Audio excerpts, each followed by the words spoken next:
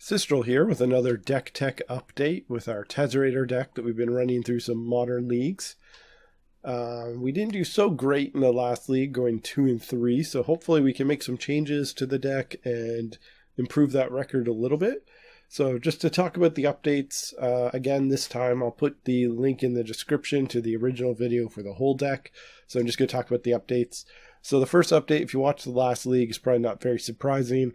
It's swapping out our 1 Academy Ruins for a 4th Darkslick Shores. I think the colored mana is a lot more important than Academy Ruins' ability to recur artifacts, which I don't really find particularly useful. It is nice, but people often do bring in Graveyard Hate against us to stop the sword combo. As well, with Whir, it lets us just search for redundant copies of artifacts, Pithing Needle, Snaring Bridge, Thopter Sword, that sort of thing.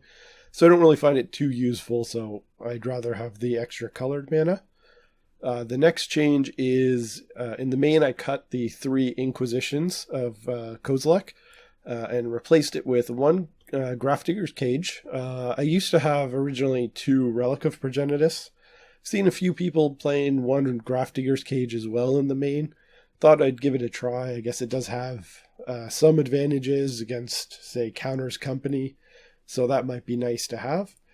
As well, 1 Time Sieve and 1 Bottled Cloister. So the Time Sieve is a card I've gone back and forth on. Some people play it, some don't. It is nice if you're not aware. Time Sieve lets us essentially take infinite turns if we have Thopter Sword out. Because once we have Time Sieve, Thopter Foundry, Sword of the Meek out, and we have 5 mana, every turn we can make 5 Thopter's tokens with our Thopter Sword combo, sack them to Time Sieve, take another turn, and just keep looping that. Eventually we'll get 6 mana, 7 mana, 8 mana, and we'll be able to start, profiting every turn in the number of artifact or the number of Thopter tokens we have, and we can just kill them very easily. Or we just keep, play Tezzerator, keep ticking it up, make tokens, and kill them that way with the minus ability. So it is a nice card to have.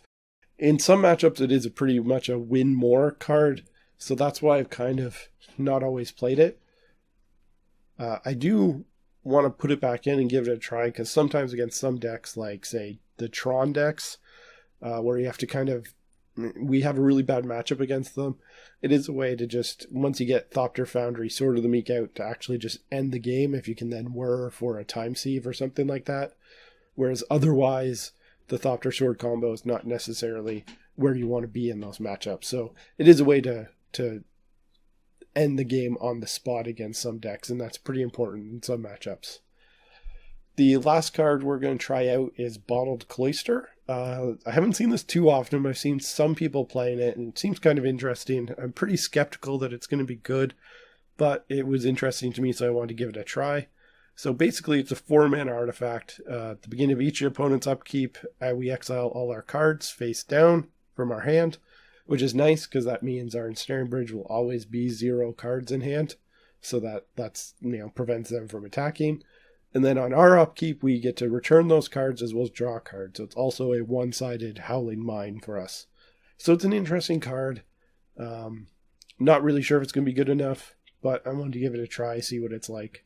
So that's it for the main deck changes. I did like the 2 Tezzerets in the main. Didn't really miss the 3rd one at all yet. Still have it in the sideboard. So the next change in the sideboard is I cut a few cards. The Lost Legacy, Flying Tendrils, the Grafdigger's Cage, and the Trinisphere, and I replaced them with 3 Chalice of the Void and Padim, Console of Innovation. So I got this idea from John Goss. You'll see if you watched or if you looked at the coverage for last weekend Star City Games Modern Classic, he came 9th with a very similar deck. That's where I based some of these changes off of. So I thought it was an interesting list. He did play the Chalice. A lot of people have gotten away from Chalice in this deck since it went with a lot of 0-drop artifacts and a lot of 1 to speed up Whir of Invention.